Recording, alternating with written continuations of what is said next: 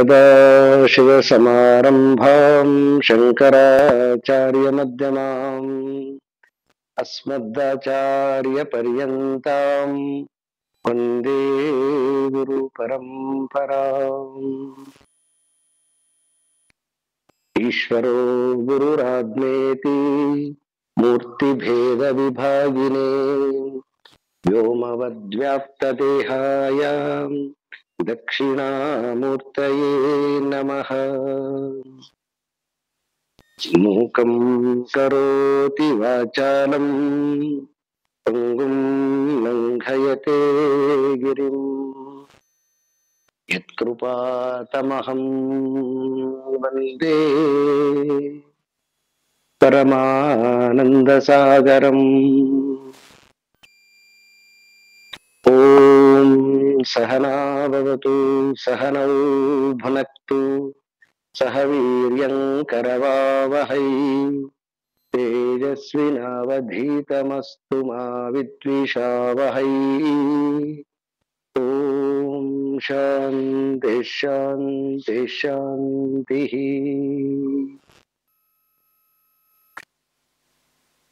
आत्मानं चेत् विजानीयात् अयम् अस्मीति पुरुषः किमिच्छन् कस्य कामाय शरीरं मनुसंज्वरे। ಪರಮಾತ್ಮನ ಅನುಗ್ರಹದಿಂದ ಶ್ರೀಮತಿ ವಿಮಲಾನಂದ ಹಾಗೂ ಎಲ್ಲ ಪಂಚದಶಿ ಶ್ರೋತೃ ವರ್ಗವೇ, ಯಾವ ವೇದಾಂತ ಮಹಾಸಾಗರದಲ್ಲಿ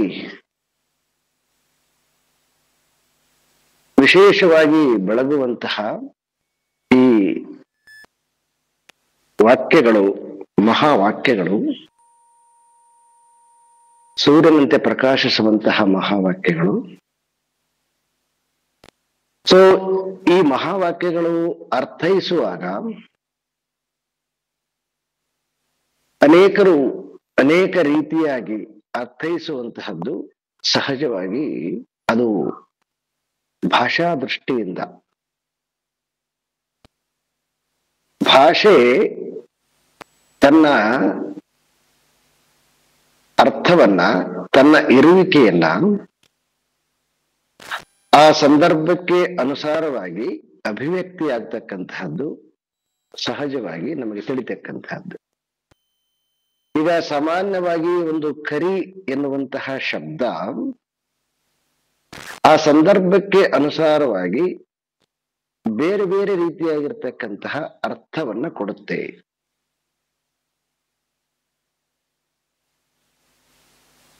ಕರಿಯ ಕೈಯೋಳು ಪುರದ ಮಾಲೆ ಕೊಟ್ಟರವರು ಅಂತ ಹೇಳುವಾಗ, ಒಂದು ಕಥೆಯನ್ನು ಹೇಳುವಾಗ, ಅವಾಗ ಕರಿ ಅಂತಕ್ಕಂಥದ್ದು ಏನಾಗತ್ತೆ ಅಂತಂದ್ರೆ ಅಲ್ಲಿ ಆನೆ ಅಂತಕ್ಕಂಥದ್ದು ಅರ್ಥ ಬರ್ತದಲ್ಲಿ. ಮತ್ತೆ ನಾವು ಕರಿ ಅಂತಕ್ಕಂಥದ್ದು ಬಣ್ಣಗಳಲ್ಲಿ ಬಂದಾಗ ಕಪ್ಪಾಗಿರ್ತಕ್ಕಂಥದ್ದು ಕೂಡ ಕರಿ ಬಣ್ಣ ಅಂತ ಹೇಳ್ತೀವಿ. ಅಲ್ಲಿ ಆನೆಯನ್ನು ತಗೊಂಡು ಬರಂಗಿಲ್ಲ. ಯಾಕಂತಂದ್ರೆ ಅಲ್ಲಿ ಅದರ ಹಿಂದೆ ಮುಂದೆ ವಾಕ್ಯವನ್ನು ನೋಡಿ ಅದನ್ನ ಅರ್ಥೈಸ್ತೀವಿ. ಹಾಗೆ ಅಡಿಗೆ ಮನೆಯಲ್ಲಿ ಏನಾದರೂ ಒಗ್ಗರಣೆ ಹಾಕುವಾಗ ಕರಿಬೇಕು ಅಂತ ಹೇಳ್ತೀವಿ. ಅವಾಗ ಆ ಕರಿ ಅದರದೇ ಅರ್ಥ ಬೇರೆ ಬರ್ತದೆ. ಮತ್ತೆ ಯಾರಾದ್ರೂ ಗೆಸ್ಟ್ಗಳು ಬಂದಾಗ ಕರಿ ಅಂತ ಹೇಳ್ತೀವಿ. ಅವಾಗಲೂ ಕೂಡ ಕರಿ ಶಬ್ದ, 4 ಕಡೆ ಕರಿ ಶಬ್ದ ಪ್ರಯೋಗ ಆಗಿದೆ. ಈ 4 ಕಡೆ ಕರಿ ಶಬ್ದ ಅಂತಕ್ಕಂಥದ್ದು ಯಾವ ಅರ್ಥದಲ್ಲಿ ಅಂತಂದ್ರೆ ಅದರ ವಾಕ್ಯಗಳನ್ನು ನೋಡಿ ತಗೊಳ್ಬೇಕಾಗತ್ತೆ. ಈ ಭಾಷಾ ವಿಚಾರದಲ್ಲಿ ಒಂದೊಂದು ಪದ, ಒಂದೊಂದು ವಾಕ್ಯವೂ ಕೂಡ ಅನೇಕ ರೀತಿಯಾಗಿರ್ತಕ್ಕಂತಹ ಅರ್ಥವನ್ನ ಉಳ್ಳಂತಹದ್ದು. ಅದು ಸಂಸ್ಕೃತದಲ್ಲಿ ನೀವು ಸಪೋಸ್ ಈಗ ಒಂದು ಸೂರ್ಯನನ್ನ ತಗೊಳ್ರಿ, ಸೂರ್ಯನಿಗೆ ಎಷ್ಟು ಹೆಸರುಗಳಿದ್ದಾವೆ ಸಂಸ್ಕೃತದಲ್ಲಿ. ಹಾಗೆ ಭೂಮಿಯನ್ನ ತಗೊಳ್ರಿ, ಎಷ್ಟು ಹೆಸರುಗಳಿದಾವ. ಮತ್ತೆ ಒಮ್ಮೊಮ್ಮೆ ಒಂದೊಂದನ್ನ ಬೇರೆ ಕಡೆ ತಗೊಂಡಾಗ ಅದು ಅಪಾರ್ಥ ಆಗತಕ್ಕಂಥದ್ದು ಉಂಟಾಗತ್ತೆ. ಸೊ ಆ ರೀತಿಯಿಂದ ಈ ತತ್ವಮಸಿ ಮಹಾವಾಕ್ಯವನ್ನ ವಿಚಾರ ಮಾಡುವಾಗ ಶಂಕರರು ಬಹಳ ಈ ತತ್ವಮಸಿ ಮಹಾವಾಕ್ಯದ ಮೇಲೆನೆ ವಾಕ್ಯವೃತ್ತಿ ಅಂತಾನೆ ಬರೆದಿರ್ತಕ್ಕಂಥದ್ದು. ಇಡೀ ವಾಕ್ಯವೃತ್ತಿ ಬರೀ ಏನಿಲ್ಲ, ಈ ಕತ್ತು ಮತ್ತೆ ತೊಂಪದವನ್ನ ಅರ್ಥ ಮಾಡಿಕೊಳ್ಳೋಕ್ಕೋಸ್ಕರ ಸಲುವಾಗಿದೆ ಒಂದು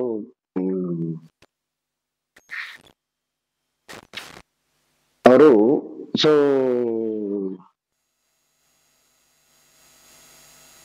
49 ಶ್ಲೋಕ ಬರೀ ಇವೆರಡು ವಾಕ್ಯದ ಮೇಲೆನೆ ಬರೆದಾರ. ಐ ಥಿಂಕ್ ನಾನು ಪಂಚದಶಿ ಮಧ್ಯದಲ್ಲಿ ವಾಕ್ಯವೃತ್ತಿಯನ್ನು ಪಾಠ ಮಾಡ್ಬೇಕಾಗಿತ್ತು ಅಂತ ಅನ್ಸ್ತದೆ, ನನಗೆ ಯೋಚನೆ ಬರ್ತದೆ ಇವಾಗ.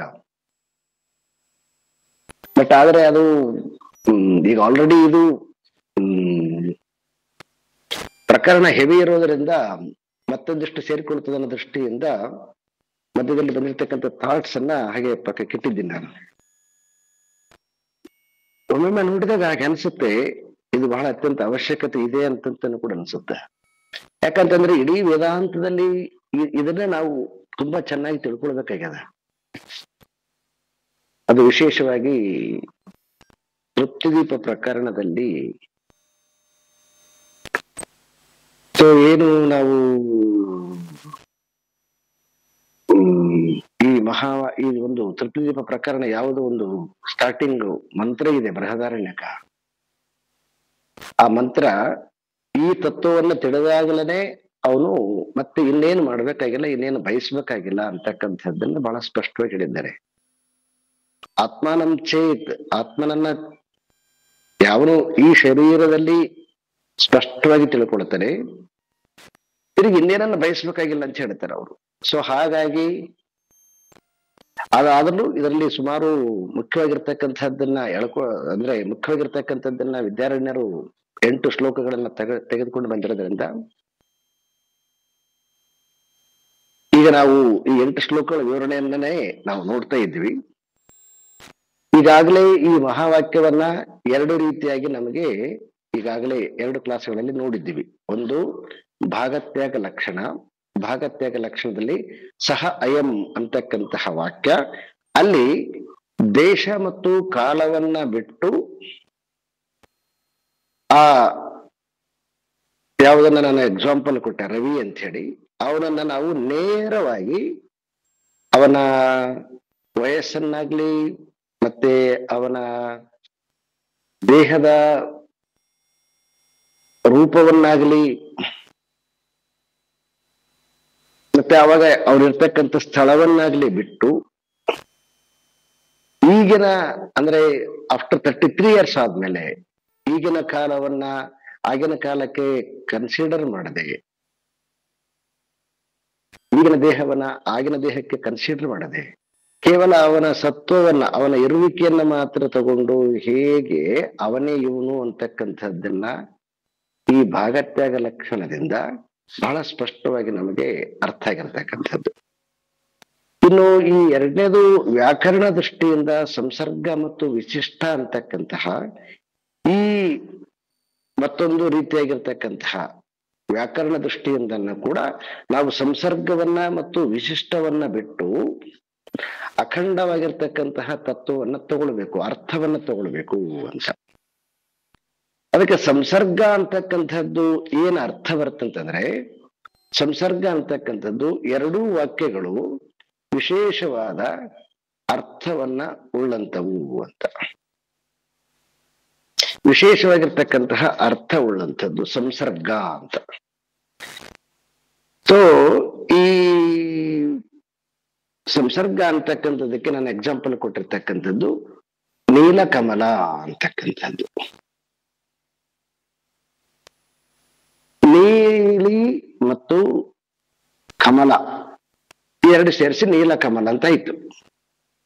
ನೀಲಕಮಲ ಅಂತ ಹೇಳುವಾಗ ನೀರನ್ನು ಕೂಡ ವಿಶೇಷವಾಗಿರ್ತಕ್ಕಂಥದ್ದು, ಮತ್ತೆ ಇನ್ನೊಂದು ಕಡೆ ಹೇಳುವಾಗ ಕಮಲನ್ನು ಕೂಡ ವಿಶೇಷವಾಗಿರ್ತಕ್ಕಂಥದ್ದು. ಇದನ್ನ ನಾವು 2 ರೀತಿಯಾಗಿ ಚಿಂತನೆ ಮಾಡಬೇಕು. ನಾವು ನೀಲಿ ಕಮಲ ಅಂತ ಹೇಳುವಾಗ ಅನೇಕ ಬಣ್ಣಗಳುಳ್ಳ ಕಮಲಗಳ ಮಧ್ಯೆ ನಾವು ಕೇವಲ ನೀಲಿಯನ್ನ ಗುರುತಿಸುವಾಗ, ನೀಲಿ ಕಮಲ ಅಂತ ಹೇಳುವಾಗ ಅದೇನ್ ತೋರಿಸುತ್ತೆ ಅಂತಂದ್ರೆ ಬಿಳಿ ಕಮಲ ಅಲ್ಲ, ಕೆಂಪು ಕಮಲ ಅಲ್ಲ, ಗುಲಾಬಿ ಕಮಲ ಅಲ್ಲ. ಹೀಗೆ ಆ ವಿಶೇಷತೆ, ನೀಲಿ ಬಣ್ಣದಿಂದ ಆ ಕಮಲದ ವಿಶೇಷತೆ ಅಂದ್ರೆ ಬೇರೆದನ್ನೆಲ್ಲನೂ ಕೂಡ ತೆಗೆದ್ಬಿಟ್ಟು ಬೇರೆ ಬಣ್ಣಗಳಿಂದ ಕೂಡಿರ್ತಕ್ಕಂತಹ ಕಮಲಗಳನ್ನ ತೆಗೆದ್ಬಿಟ್ಟು ಕೇವಲ ನೀಲಿಯ ಬಣ್ಣವನ್ನ, ನೀಲಿಯ ಅಂದ್ರೆ ನೀಲಿ ಕೂಡ ಅಂತಕ್ಕಂಥದ್ದು ತನ್ನದಾಗಿರ್ತಕ್ಕಂಥ ವಿಶಿಷ್ಟ ಅರ್ಥವನ್ನ ಉಳ್ಳಂತದ್ದು. ಈ ವಿಶಿಷ್ಟ ಅರ್ಥದಿಂದ ಕಮಲಕ್ಕೆ ಅಲ್ಲಿ ಏನ್ ಬರ್ತದೆ ಅಂತಂದ್ರೆ, ಅನೇಕ ಹೂಗಳ ಮಧ್ಯೆ ಇದ್ದಾಗಲೂ ಕೂಡ ಆ ಎಲ್ಲಾ ಹೂಗಳಿಂದ ಬಿಡಿಸಿಕೊಂಡು ನೀಲಿಯ ಹೂವ ಅಂತಕ್ಕಂಥದ್ದನ್ನ ತೋರಿಸುವಾಗ ಇಲ್ಲಿ ನೀಲ ಅಂತಕ್ಕಂಥದ್ದು ವಿಶೇಷ ಆಗತ್ತ. ಇನ್ನು ಇದು ಸಂಸರ್ಗ ಆಗತ್ತೆ. ಅದೇ ರೀತಿಯಾಗಿ ನಾವು ವಿಸರ್ಗ ಅಂತ ಹೇಳುವಾಗ, ವಿಸರ್ಗಕ್ಕೆ ಮತ್ತು ಸಂಸರ್ಗಕ್ಕೆ ಅಂತಕ್ಕಂಥದ್ದು ಒಂದನ್ನ ಒಂದು ಹೇಳುವಾಗ ಈಗ ಇಲ್ಲಿ ಏನಾಯ್ತು, ನೀಲಿ ವಿಶೇಷ ಆಯ್ತು ಅಂದ್ರೆ ಎರಡು ಸೇರ್ಕೊಂಡಿದ್ದೇವ. ಹಾಗೆ ನಾವು ಕಮಲವನ್ನು ಹೇಳುವಾಗ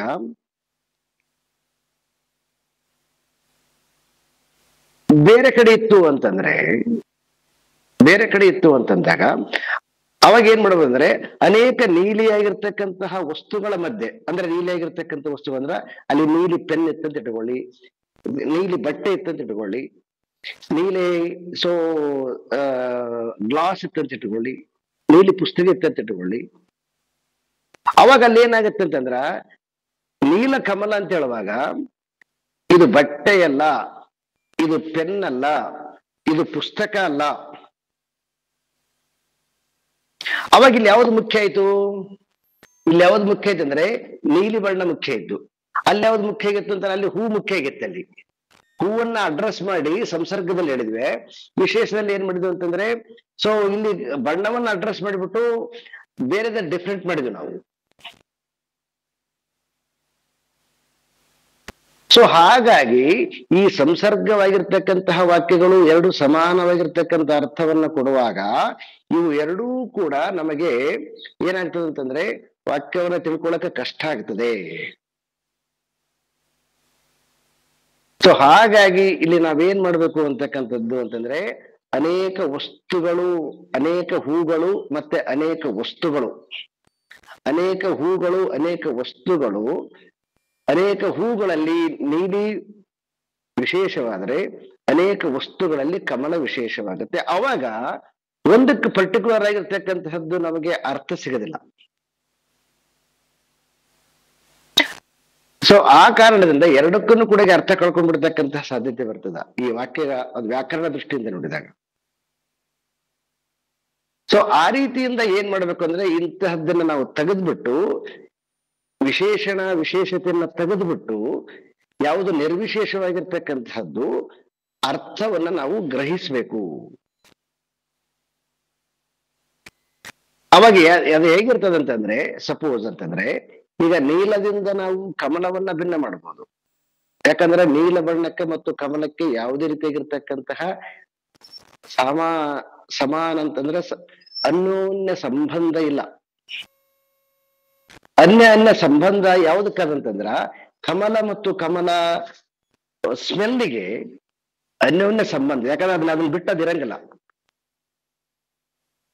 ಸುಗಂಧವನ್ನ ಬಿಟ್ಟು ಕಮಲ ಇರಕ್ ಸಾಧ್ಯ ಇಲ್ಲ, ನೀಲಿ ಬಣ್ಣವನ್ನು ಬಿಟ್ಟು ಕಮಲ ಇರ್ತದ. ಮತ್ತೆ ಕಮಲವನ್ನು ಬಿಟ್ಟು ನೀಲಿ ಇರ್ತದ. ಅವಾಗ ಏನಾಯ್ತದೆ, ಎರಡೂ ವಾಕ್ಯಗಳು ಸಪ್ರೇಟ್ ಅರ್ಥ ಬಂದ್ಬಿಡ್ತಾವ. ಹಾಗಾಗಿನೇ ಕೆಲವೊಂದಿಷ್ಟು ವ್ಯಾಖ್ಯಾನಕಾರರು ಏನ್ ಮಾಡ್ಬಿಟ್ಟಿದ್ದಾರೆ ಅಂತಂದ್ರೆ, ಈ ಎರಡನ್ನ ಬೇರೆ ಬೇರೆ ಮಾಡ್ಬಿಟ್ಟಿದ್ದಾರೆ.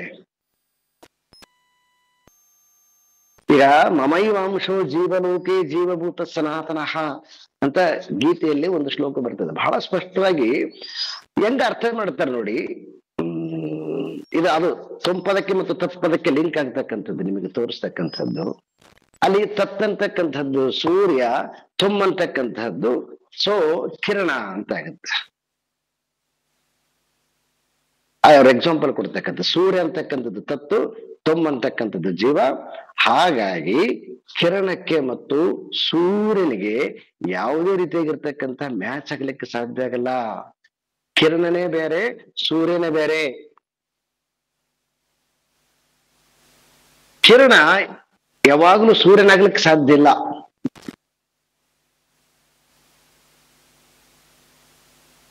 ಆದ್ರೆ ಇದನ್ನ ನೀವು ರಾಮಾನುಜಾಚಾರ್ಯರು ಸೊ ಹೇಗೆ ಅರ್ಥ ಇದು ಈ ಎಲ್ಲ ಶಬ್ದ ಹೇಳಿದ್ರೆ ಮತ್ತೆ ಕೆಲವೊಮ್ಮೆ ನಿಮ್ಗೆ ಹೇಗಾಗುತ್ತೆ ಅನ್ನೋ ಎನಿವೆ ಇನ್ನೊಬ್ಬ ವೃತ್ತಿಕಾರರು ವ್ಯಾಖ್ಯಾನ ಮಾಡಿರ್ತಕ್ಕಂಥದ್ದು ರಾಮಾನುಜರಲ್ಲ.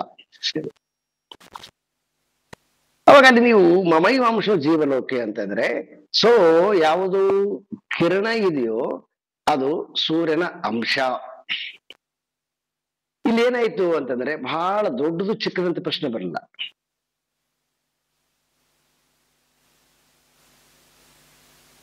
ಅಲ್ಲೇನಾಯ್ತು, ಕಿರಣನೇ ಬೇರೆ ಸೂರ್ಯನೇ ಬೇರೆ. ಯಾವಾಗಲೂ ಕೂಡ ಕಿರಣ ಸೂರ್ಯ ಆಗ್ಲಿಕ್ಕೆ ಸಾಧ್ಯ ಇಲ್ಲ.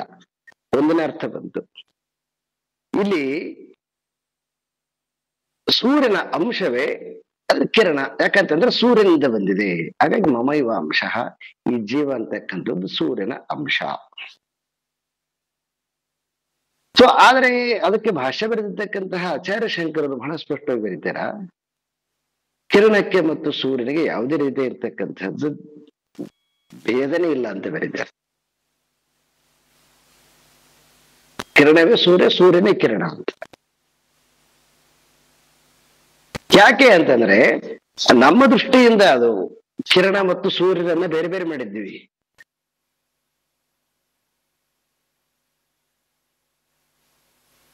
ಆದ್ರೆ ಸೂರ್ಯನ ದೃಷ್ಟಿಯಿಂದ ಸೂರ್ಯ ಮತ್ತು ಸೂರ್ಯನ ಕಿರಣಕ್ಕೆ ಯಾವುದೇ ರೀತಿಯಾಗಿರ್ತಕ್ಕಂತಹ ಉಪಮಾನಗಳನ್ನು ಇಟ್ಟುಕೊಂಡು ಬಿಟ್ಟು ನಾವು ಮೂಲ ಅರ್ಥವನ್ನ ಗ್ರಹಿಸಕ ಕಷ್ಟ ಆಗತ್ತೆ.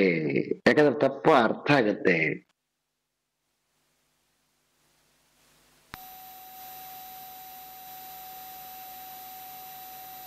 ಸೊ ಹಾಗಾಗಿ ನಾವು ಇಲ್ಲಿ ವಿಶೇಷವಾಗಿ ಈ ಸಂಸರ್ಗ ಮತ್ತು ವಿಶಿಷ್ಟವನ್ನ ತೆಗೆದುಕೊಳ್ಳುವಾಗ ಏನ್ ಮಾಡ್ಬೇಕಂದ್ರೆ, ಶ್ಲೋಕ ನಂಬರ್ ಈಗಾಗಲೇ ಮಾಡಿದ್ದೀನಿ 76, ಪ್ರತ್ಯಕ್ ಬೋಧೋ ಯ ಆಭಾತಿ ಸಹ ಅದ್ವಯಾನಂದ ಲಕ್ಷಣ. ಪ್ರತ್ಯಕ್ ಬೋಧ ಅಂದ್ರೆ ತಿಳಿತಕ್ಕಂಥದ್ದು. ಯಾರಿಗೆ ಅಂತಂದ್ರೆ ನನಗೆ, ಅಂದ್ರೆ ಪ್ರತ್ಯಕ್ ಅಂದ್ರೆ ನನ್ನಲ್ಲಿರ್ತಕ್ಕಂಥ ಪ್ರತ್ಯೇಕಾತ್ಮ.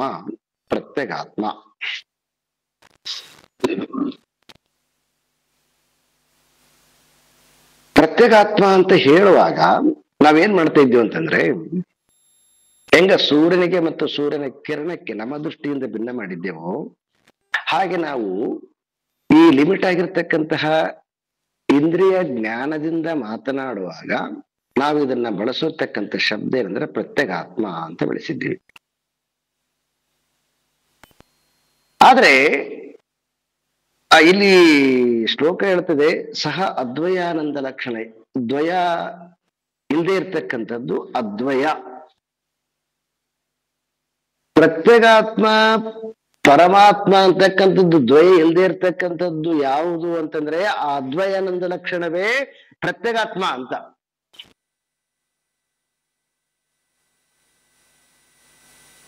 ಆ ಅದ್ವಯಾನಂದ ಲಕ್ಷಣವೇ ಪ್ರತ್ಯೇಕಾತ್ಮ ಅಂತ.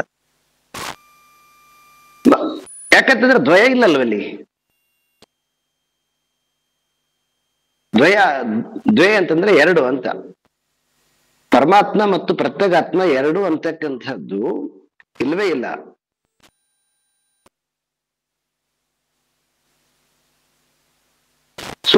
ಸೂರ್ಯನ ಕಿರಣ ಭಿನ್ನ ಅಲ್ಲದು.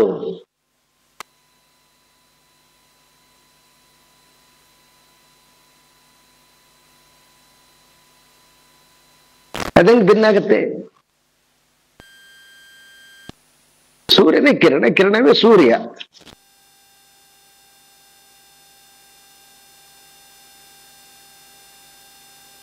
ಸ್ವರೂಪದಿಂದ ಅಂದ್ರೆ ಅದರದ್ದು ತನ್ನ ಮೂಲ ಸ್ವರೂಪದಿಂದ ಸೊ ಅದು ಯಾವುದೇ ರೀತಿಯಿಂದ ಕಡಿಮೆ ಇಲ್ಲ, ಭಿನ್ನವಾಗಿ ಪ್ರಶ್ನೆ ಇಲ್ಲ. ಅದಕ್ಕೆ ನಾನೊಂದು ಎಕ್ಸಾಂಪಲ್ ಕೊಟ್ಟೆ, ದೀಪ ಮತ್ತು ದೀಪದ ಕಿರಣ ಪ್ರತಿ ಕಿರಣ ಕೂಡಗಿ ಸೊ ದೀಪವನ್ನೇ ಪ್ರತಿಬಿಂಬಿಸ್ತದ.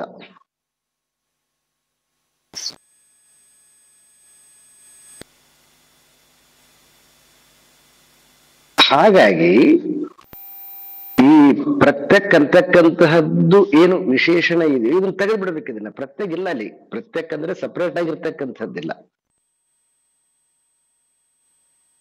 ಯಾವಾಗ ನೀವು ಪ್ರತ್ಯೇಕನ ತೆಗೆದು ಬಿಡ್ತೀರಿ ಅವಾಗ ಅಲ್ಲಿ ಪರಿಪೂರ್ಣತೆ ಇರ್ತಕ್ಕಂಥದ್ದನ್ನ ಕೂಡ ವಿಶೇಷಣ ಅದು. ಯಾಕಂತಂದ್ರೆ ಪರಿಪೂರ್ಣ ಅಂತಕ್ಕಂಥದ್ದು ಯಾವಾಗ ಇದರಿಂದಲೇ, ಇಲ್ಲಿ ಅಪೂರ್ಣವಾಗಿರ್ತಕ್ಕಂಥದ್ದು ಅಲ್ಲಿ ಪರಿಪೂರ್ಣ ಅಂತಂತೀವಿ. ಅಲ್ಲಿ ಪರಿಪೂರ್ಣ ಅಂತಕ್ಕಂಥದ್ದು ವಿಶೇಷತೆನ ತೆಗೆದ್ಬಿಡ್ರಿ, ಅವಾಗಿರ್ತಕ್ಕಂಥದ್ದು ಬ್ರಹ್ಮ ಅಥವಾ ಪರಮಾತ್ಮ ಅಂತಕ್ಕಂಥದ್ದು ಒಂದೇ ಉಳ್ಕೊಳ್ತದೆ. ಬ್ರಹ್ಮ ಅಂತಾನೆ ಮಾತಾಡ್ಬೇಕು ನಾವು ಆಕ್ಚುಲಿ, ಬ್ರಹ್ಮ.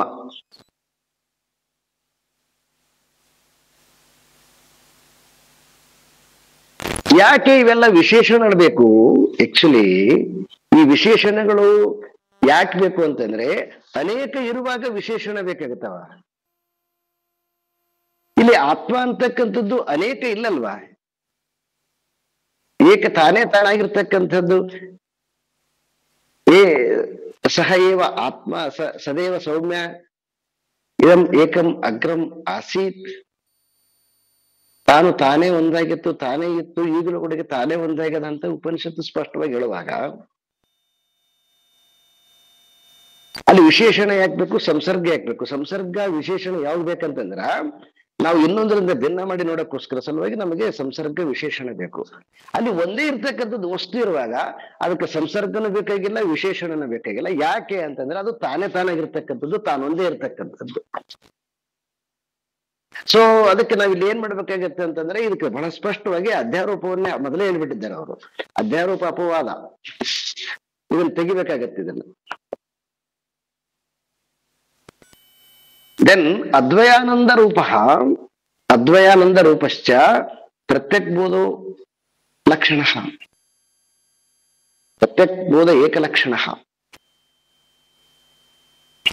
ಅಂದ್ರೆ ಯಾವಾಗ ನಿಮಗೆ ಇಲ್ಲಿ ಪೃಥಕ್ಕನ್ನ ತೆಗೆದ್ಬಿಟ್ಟಾಗ ಇರ್ತಕ್ಕಂಥದ್ದು ಒಂದೇ ಒಂದು ಬ್ರಹ್ಮ ಅಂತ ಆಗತ್ತೋ, ಸೊ ಯಾವಾಗ ಬ್ರಹ್ಮ ಅಂತ ಅರ್ಥ ಆಗತ್ತ ಆವಾಗ ಮತ್ತೆ ಪೃಥಕ್ಕು ಮತ್ತೆ ಬ್ರಹ್ಮ ಅಂತಕ್ಕಂಥದ್ದು ಬೇರೆ ಇಲ್ಲ ಅಂತಕ್ಕಂಥದ್ದು ಅರ್ಥ ಬರ್ತದೆ.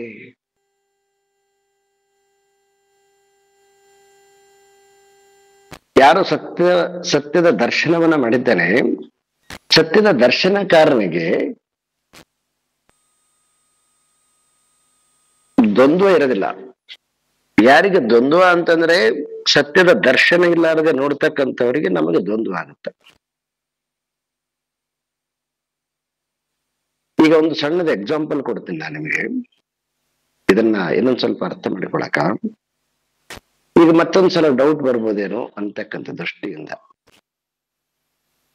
ಈಗ ಇಲ್ಲಿರ್ತಕ್ಕಂತಹ ಆತ್ಮ, ಅಲ್ಲಿ ಪೂರ್ಣವಾಗಿರ್ತಕ್ಕಂತಹ ಆತ್ಮ,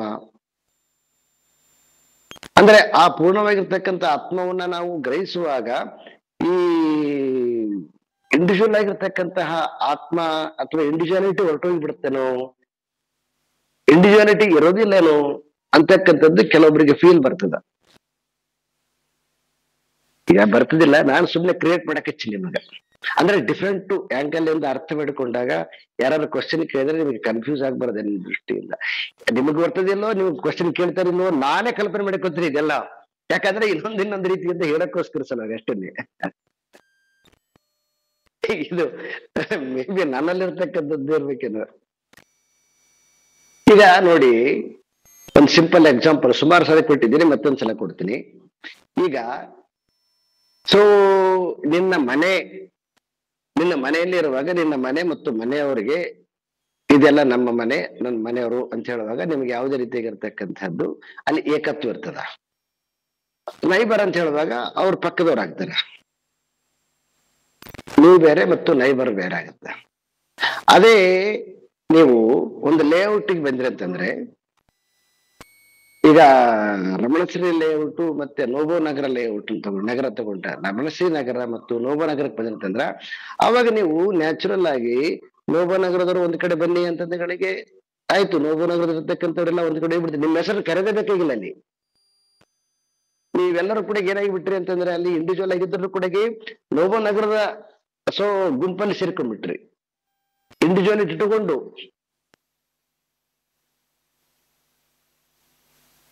ಹಾಗೆ ನಾವು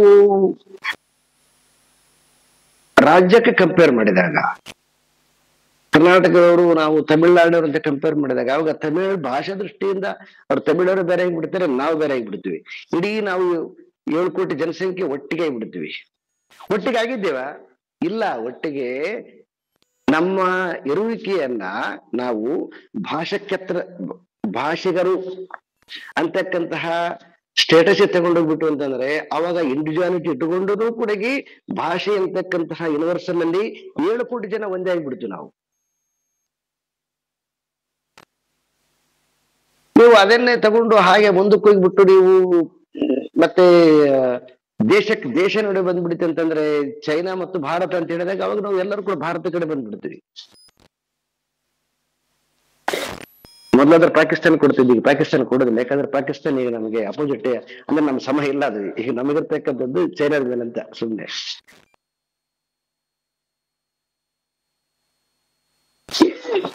ಅವಾಗ ನಮ್ಗೆ ಏನಾಗುತ್ತೆ ಅಂದ್ರೆ ಇಡೀ ಏನು ಒಂದು ಇಷ್ಟು ರಾಜ್ಯಗಳಿದಾವೋ, ಇಷ್ಟು ರಾಜ್ಯಗಳ ಪ್ರತಿಯೊಂದು ರಾಜ್ಯದ ದೇಶೀಯ ಭಾಷೆ ಬೇರೆ ಬೇರೆ ಇದ್ದಾಗಲೂ ಕೂಡ ಅಲ್ಲಿ ಭಾಷೆಯನ್ನ ಮೀರಿ ದೇಶಕ್ಕೆ ಬಂದ್ಬಿಡ್ತು ನಾವು.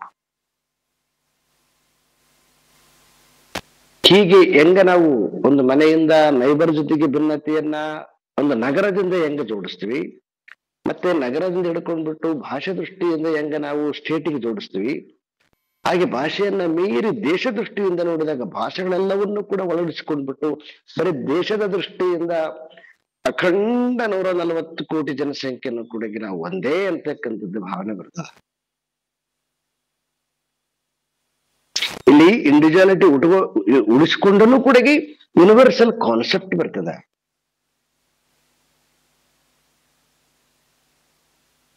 ಸೊ ಅದೇ ರೀತಿಯಾಗಿ ಯಾವಾಗ ನಾವು ನಮ್ಮ ಇರುವಿಕೆಯನ್ನ ನಾವು ಆತ್ಮನ ಸ್ತರಕ್ಕೇರಿಸಿದಾಗ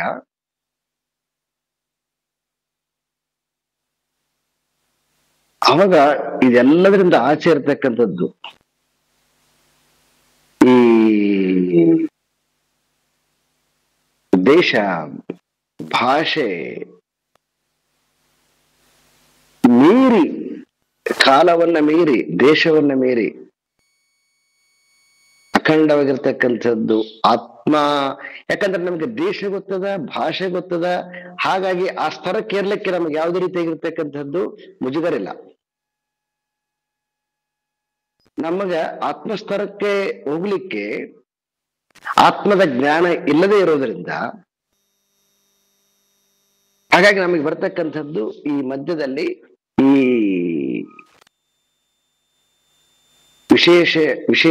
ವಿಶೇಷಗಳು ತಗೊಂಡು ಪುನಃ ಅಲ್ಲೇ ಥಿಂಕ್ ಮಾಡ್ತಾ ಹೋಗ್ತೀವಿ ನಾವು.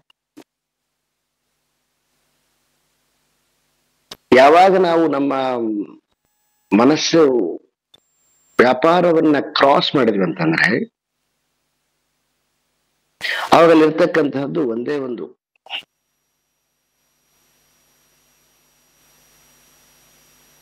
ಅಲ್ಲಿ ಯಾವುದೇ ರೀತಿಯಾಗಿರ್ತಕ್ಕಂತಹ ಭಿನ್ನತೆ ಅಂತಕ್ಕಂಥದ್ದು ಇಲ್ಲ. ಸೊ ದೆನ್ ಈ ಲೆವೆಲಿಗೆ ಬಂದ್ಮೇಲೆ ತುಂಬಾ ಜನಕ್ಕೆ ಒಂದು ಕ್ವಶನ್ ಬರ್ತದ, ಅಂದ್ರೆ ಎಲ್ಲರಲ್ಲಿರ್ತಕ್ಕಂಥವನು ನಾನೇ ಅಂತಕ್ಕಂಥದ್ದು ಅಖಂಡತ್ವ ಬರ್ತದಲ್ವಾ. ಅಖಂಡತ್ವ ಬಂದಾಗ ಎಲ್ಲರಲ್ಲಿರ್ತಕ್ಕಂಥದ್ದು ನಾನೇ ಅಂತಕ್ಕಂಥದ್ದು. ಇದ್ರ ಮೇಲೆ ಕೆಲವೊಬ್ರು ಕ್ವಶನ್ ಮಾಡಿದ್ದಾರೆ, ಮತ್ತೆ ಕೆಲವೊಬ್ಬರು ಬೇರೆ ಬೇರೆ ಆನ್ಸರ್ ಮಾಡಿದ್ದಾರೆ. ಅವಾಗ ಏನು ಕ್ವಶನ್ ಬರ್ತದೆ ಅಂತಂದ್ರೆ, ಅವಾಗ ಏನಾಗುತ್ತೆ ಅಂದ್ರೆ ಬೇರೆಯಲ್ಲಿರ್ತಕ್ಕಂಥದ್ದು ದುಃಖ, ಬೇರೆಯಲ್ಲಿರ್ತಕ್ಕಂಥದ್ದು ಸುಖ, ಅಂದ್ರೆ ಅವನಿಗೆ ಇನ್ನೊಬ್ಬನಿಗೆ ಆಗತಕ್ಕಂಥ ಸುಖ, ಇನ್ನೊಬ್ಬನಿಗೆ ಆಗತಕ್ಕಂಥ ದುಃಖ ಇವನಿಗಾಗತ್ತಾ? ಯಾಕಂತಂದ್ರೆ ಈಗೆಲ್ಲ ನಾನೇ ಅಂತ ಅನ್ಕೊಂಡಲ್ಲ ಇವನು. ಸೊ ಇದನ್ನ ಕೆಲವೊಂದಿಷ್ಟು ಅನೇಕ ಜನ ಮಹಾತ್ಮರು, ಸಂಘಗಳು ಕೆಲವೊಂದು ಕ್ವಶನ್ ಆನ್ಸರ್ ಬಂದವು ಇವೆಲ್ಲ. ಯಾಕಂತಂದ್ರೆ ತಾನು ಪರಮಾತ್ಮ ಅಂತಕ್ಕಂಥದ್ದು, ಅಂದ್ರೆ ತಾನು ಆತ್ಮಸ್ವರೂಪ ಅಂತಕ್ಕಂಥದ್ದು ಜ್ಞಾನ ಬಂದಾಗ, ಎಲ್ಲವೂ ನಾನೇ ಅಂತಕ್ಕಂಥದ್ದು ಬಂದಾಗ ಮತ್ತೆ ಇಡೀ ಸಮಸ್ತ ದುಃಖ ಸುಖ ಅವನಿಗೆ ಫೀಲ್ ಆಗ್ತದ? ಯಾರ್ಯಾರು ಪರ್ಸನಲ್ ಆಗಿ ಕೆಲವೊಂದು ಕಡೆ ಹೆಂಗೆಂಗೋ ಮಾತನಾಡಿದ್ದಾರೆ, ಸರಿ, ಅದು ತಪ್ಪಂತ ನಡೀತಾ ಇಲ್ಲ.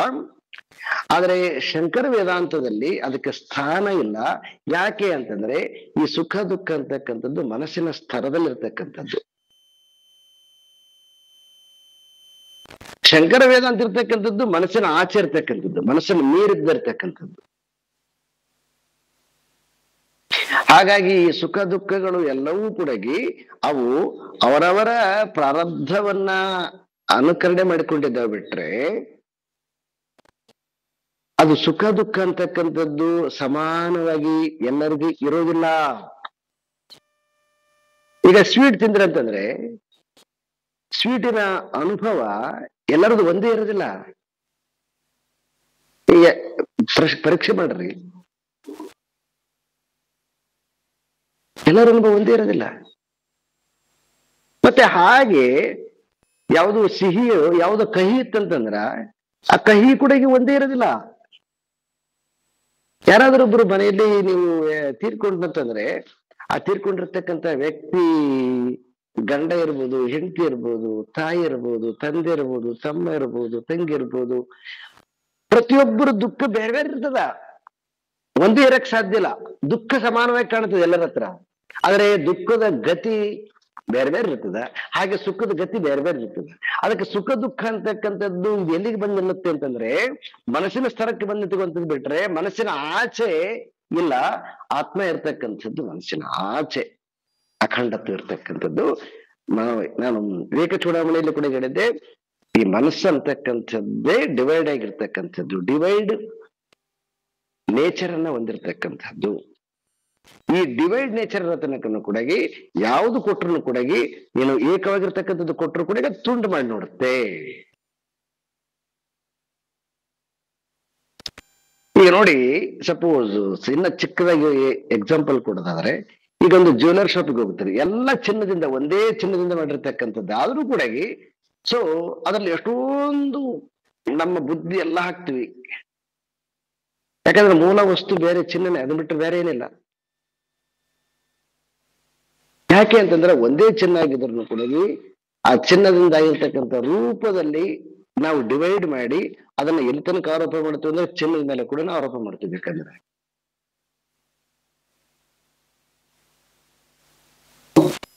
ಯಾಕೆ ಅಂತಂದ್ರೆ ಇದು ಸಹಜವಾಗಿರ್ತಕ್ಕಂತಹ ಮನಸ್ಸಿನ ಸ್ವಭಾವ.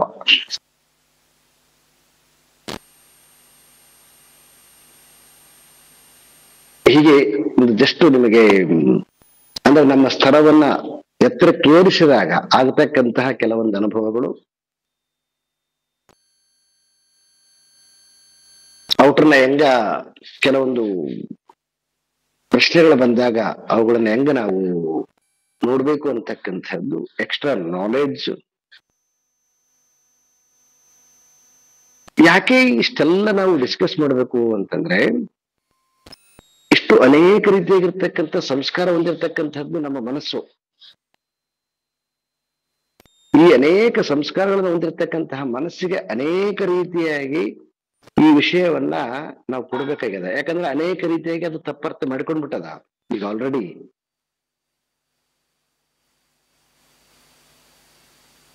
ಸೊ ಆ ರೀತಿ ತಪ್ಪರ್ಥ ಮಾಡಿಕೊಂಡಿರ್ತಕ್ಕಂತಹ ಮನಸ್ಸಿನ ತಪ್ಪು ಭಾವನೆಯನ್ನು ತೆಗಿಲಿಕ್ಕೋಸ್ಕರ ಸಲುವಾಗಿ ಇಷ್ಟು ಶ್ಲೋಕಗಳು, ಇಷ್ಟು ವಿವರಣೆಗಳು, ಇಷ್ಟು ತರ್ಕಗಳು, ಇಷ್ಟು ಉಪಮಾನಗಳು. ಯಾಕೆ ಉಪಮಾನ ಕೊಡ್ತಾರೆ ಹೇಳ್ರಿ? ಉಪಮಾನ ಯಾಕೆ ಕೊಡ್ಬೇಕು ಅಂತಂದ್ರೆ ಅಖಂಡವಾಗಿರ್ತಕ್ಕಂಥದ್ದು ಹೇಳಕ್ ಹೋದಾಗ ಖಂಡವಾಗಿರ್ತಕ್ಕಂಥ ಮನಸ್ಸಿಗೆ ಅರ್ಥ ಆಗೋದಿಲ್ಲ. ಅದಕ್ಕೆ ಖಂಡವಾಗಿರ್ತಕ್ಕಂತಹ ಮನಸ್ಸಿಗೆ ಆ ಖಂಡವಾಗಿರ್ತಕ್ಕಂತಹ ಒಂದು ಎಕ್ಸಾಂಪಲ್ ಮೂಲಕನೇ ವಿವರಣೆ ಕೊಡ್ಬೇಕಾಗತ್ತ.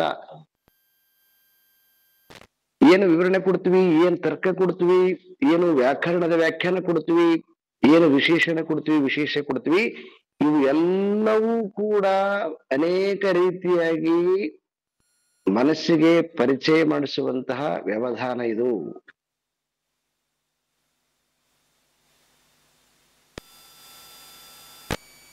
ನಾವು ಎಲ್ಲಿಯವರೆಗೆ ಮನಸ್ಸಿನ ಸ್ತರದಲ್ಲಿರ್ತೀವಿ, ಇಂಥ ಸಾವಿರ ಎಕ್ಸಾಂಪಲ್ಗಳು, ವಿವರಣೆಗಳು ಕೊಟ್ಟಾಗಲೂ ಕೂಡ ಅದನ್ನ ಗ್ರಹಿಸ್ಲಿಕ್ಕೆ ಸಾಧ್ಯ ಇಲ್ಲ. ನಾವು ಎಲ್ಲಿ ತನಕ ಮೇಲೆ ಒಂದು ಸ್ತರ ಮೇಲೆ ಇರೋದಿಲ್ಲ, ಮನಸ್ಸಿನ ಸೀಮಿತತೆಯನ್ನ ದಾಟಿ ನಾವು ಬೆಳೆದಿಲ್ಲ, ಅಲ್ಲಿ ತನಕನೂ ಕೂಡ ಆ ಅಖಂಡ ಅಂತಕ್ಕಂಥದ್ದು ಕೇವಲ ವಾಕ್ಯಜನ್ಯ ಜ್ಞಾನವಾಗತ್ತೆ, ಅನುಭವಜನ್ಯ ಜ್ಞಾನ ಆಗೋದಿಲ್ಲ. ಇದನ್ನು ಬಹಳ ಸ್ಪಷ್ಟವಾಗಿ ನಮಗೆ ಮನವರಿಕೆ ಆಗಬೇಕು. ಮತ್ತೆ ನಾವು ಏನಾದ್ರೂ ವಾದ ಮಾಡಕ್ ಹೋಗುವಾಗ ವಾಕ್ಯಜನ್ಯ ವ್ಯಾಕರಣಜನ್ಯ ವಾದನೆ ಇರ್ಬೇಕು, ಬಿಟ್ರೆ ತತ್ವಜನ್ಯ ವಾದ ಇಲ್ಲವೇ ಇಲ್ಲ.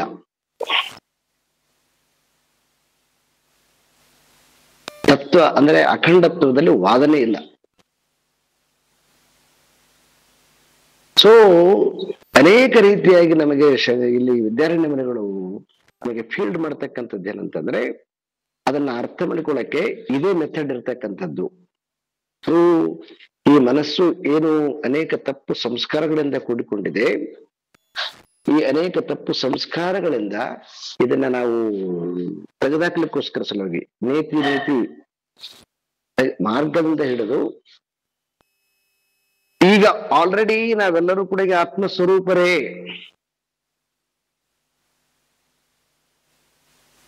ಆದ್ರೆ ಅದ್ರ ಮೇಲೆ ಏನು ಆರೋಪ ಆಗಿರ್ತಕ್ಕಂಥದ್ದು, ಆವರಣ ಆಗಿರ್ತಕ್ಕಂಥದ್ದು ಏನಿದೆಯೋ ಅದನ್ನ ಅನೇಕ ಉಪಾಯಗಳಿಂದ ತೆಗೆಯುವಂತಹ ಬ್ಯೂಟಿಫುಲ್ ಮೆಥಡ್ ನ ವಿದ್ಯಾರಣ್ಯ ಮನೆಗಳು ಅತ್ಯಂತ ವ್ಯವಸ್ಥಿತವಾಗಿ ಈ ಪಂಚದಶಿಯಲ್ಲಿ ತೋರಿಸಿದ್ದಾರೆ. ಸೊ ಹಾಗಾಗಿ ನಮ್ಗೆ ಯಾವಾಗ ಅರ್ಥ ಆಗುತ್ತೆ, ಯಾವಾಗ ನಮ್ಮ ಮನಸ್ಸಿನ ಸ್ಥಳ ಮೇಲ್ಕೋಬೇಕು ಅಂತ ಹಿಂಗೇನಾದ್ರೂ ಯೋಚನೆ ಬಂದಾಗ ಇಟ್ ಇಸ್ ವೆರಿ ಸಿಂಪಲ್. ಅದಕ್ಕೇನು ಕವರ್ ಆಗಿದೆಯಲ್ಲ, ಮುಚ್ಕೊಂಡಿರ್ತಕ್ಕಂಥದ್ದು, ಈಗ ಹಳೆ ಸಂಸ್ಕಾರ ಏನಿದೆಯೋ ಆ ಸಂಸ್ಕಾರಗಳನ್ನ ಅನೇಕ ಶಾಸ್ತ್ರದ ಜ್ಞಾನದಿಂದ ಅದನ್ನು ತೆಗಿತಾ ಬರಬೇಕು. ನೇತಿ ಅಂದ್ರೆ ಅಲ್ಲಿ ಯಾವುದು ವಸ್ತುವಿನಲ್ಲಿರ್ತಕ್ಕಂಥದ್ದನ್ನು ತೆಗೆದಲ್ಲ, ನಮ್ಮ ಒಳಗಡೆಗೆ ಮನಸ್ಸಿನಲ್ಲಿ ಆರೋಪವಾಗಿರ್ತಕ್ಕಂತಹ ತಪ್ಪು ಅಭಿಪ್ರಾಯಗಳನ್ನು ತೆಗೆದೇ ನೇತಿ. ಈಗ ಒಂದು ನಮಗೆ ಅತ್ಯಂತ ಬೆಲೆ ಬಾಳತಕ್ಕಂತಹ ವಸ್ತುವನ್ನ ಇಲ್ಲಿ ಇಟ್ಟಿದ್ದೀವಿ, ಅದ್ರ ಮೇಲೆ ಅನೇಕ ಪೇಪರ್ಸ್ಗಳು ಹಾಕಿದ್ದೀವಿ ಅಂತ ಇಟ್ಕೊಳ್ಳಿ. ಪೇಪರ್ಸ್ಗಳನ್ನ ಹಾಕಿದ್ದೀವಿ, ಇವಾಗ ಏನ್ ಮಾಡ್ಬೇಕಂದ್ರೆ ಆ ಎಲ್ಲ ಪೇಪರ್ಸ್ ಇದೆ, ಬೇರೆ ಬೇರೆ ಬೇರೆ ತರದ್ದೆಲ್ಲ ರಾಶಿ ಹಾಕಿದ್ದೀವಿ ಅದ್ರ ಮೇಲೆ. ಅದನ್ನೆಲ್ಲ ತೆಗಿಬೇಕದನ್ನ ತೆಗೆದ್ಮೇಲೆ ಕೆಳಗಡೆಗೆ ಅಲ್ಲೇನು ಉತ್ಪತ್ತಿ ಆಗೋದಲ್ಲ. ತೆಗೆದ್ರಿಂದ ಅದು ಒಳಗಡೆ ನಾವೇನು ಕೆಳಗಡೆ ಅತ್ಯಮೂಲ್ಯವಾಗಿರ್ತಕ್ಕಂಥ ವಸ್ತು ಇಟ್ಟಿದ್ದೀವಿ ಅದೇನು ಉತ್ಪತ್ತಿ ಆಗಲ್ಲ, ಆಲ್ರೆಡಿ ಇದೆ ಅದು. ಜಸ್ಟ್ ಯಾವಾಗ ತೆಗೆದು ಬಿಡ್ತೀವಿ ಆವಾಗ ಅಲ್ಲಿರ್ತಕ್ಕಂಥದ್ದು ವಸ್ತು ನಮಗೆ ತಾನಾಗಿರ್ತಕ್ಕಂಥದ್ದು ಗೊತ್ತಾಗುತ್ತೆ.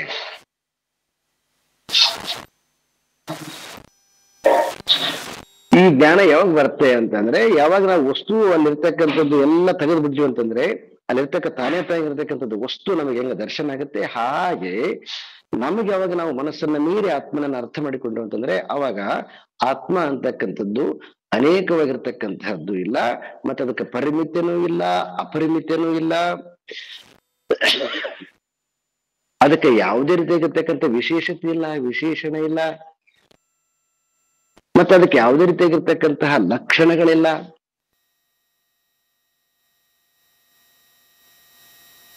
ಈ ಎಲ್ಲ ವಿಧಾನಗಳು ಪರಿಚಯ ಮಾಡಿಕೊಟ್ಟಿರ್ತಕ್ಕಂಥದ್ದು ಅಂತಕ್ಕಂಥದ್ದು ಕಂಪ್ಲೀಟ್ ಆಗಿ ಹೊರಟೋಗಿ ಇತ್ತಂ ಅನ್ಯೋನ್ಯ ತಾದಾತ್ಮ್ಯ ಪ್ರತಿಪತ್ತಿರ್ ಯಥಾ ಭವೇತ್ ಅಬ್ರಹ್ಮತ್ವಂ ತ್ವಂ ಅರ್ಥಸ್ಯ ವ್ಯಾವರ್ತೇತ ತದೈವ ಹಿ.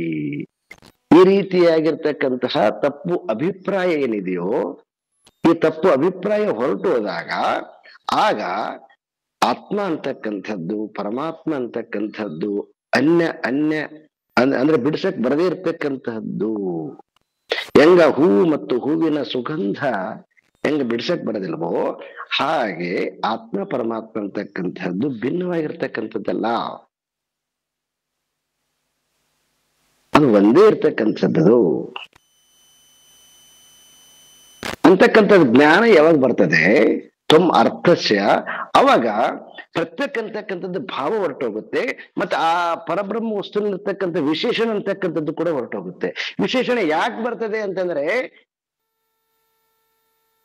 ಈ ಪರಿಮಿತಿಯಾಗಿರ್ತಕ್ಕಂಥದ್ದನ್ನ ತಿಳಿಸಕ್ಕೋಸ್ಕರ ಸಲುವಾಗಿ ವಿಶೇಷಣ ಹಾಕಿದ್ವಿ, ಅಲ್ಲಿ ಕೂಡ ಆರೋಪ ಮಾಡಿದ್ದೀವಿ. ಅವಾಗ ಅಲ್ಲಿರ್ತಕ್ಕಂಥದ್ದು ಆರೋಪನೂ ಹೋಗುತ್ತದ, ಇಲ್ಲಿರ್ತಕ್ಕಂಥದ್ದು ಪರಿಮಿತಿನೂ ಹೋಗುತ್ತದ. ಈ ಎರಡನ್ನ ಕಳ್ಕೊಂಡಾಗ ಇರ್ತಕ್ಕಂಥದ್ದು ಆತ್ಮ ಒಂದೇ ಅಂತಕ್ಕಂಥದ್ದು ಜ್ಞಾನವಾಗತ್ತೆ. It is so Atmadarshan.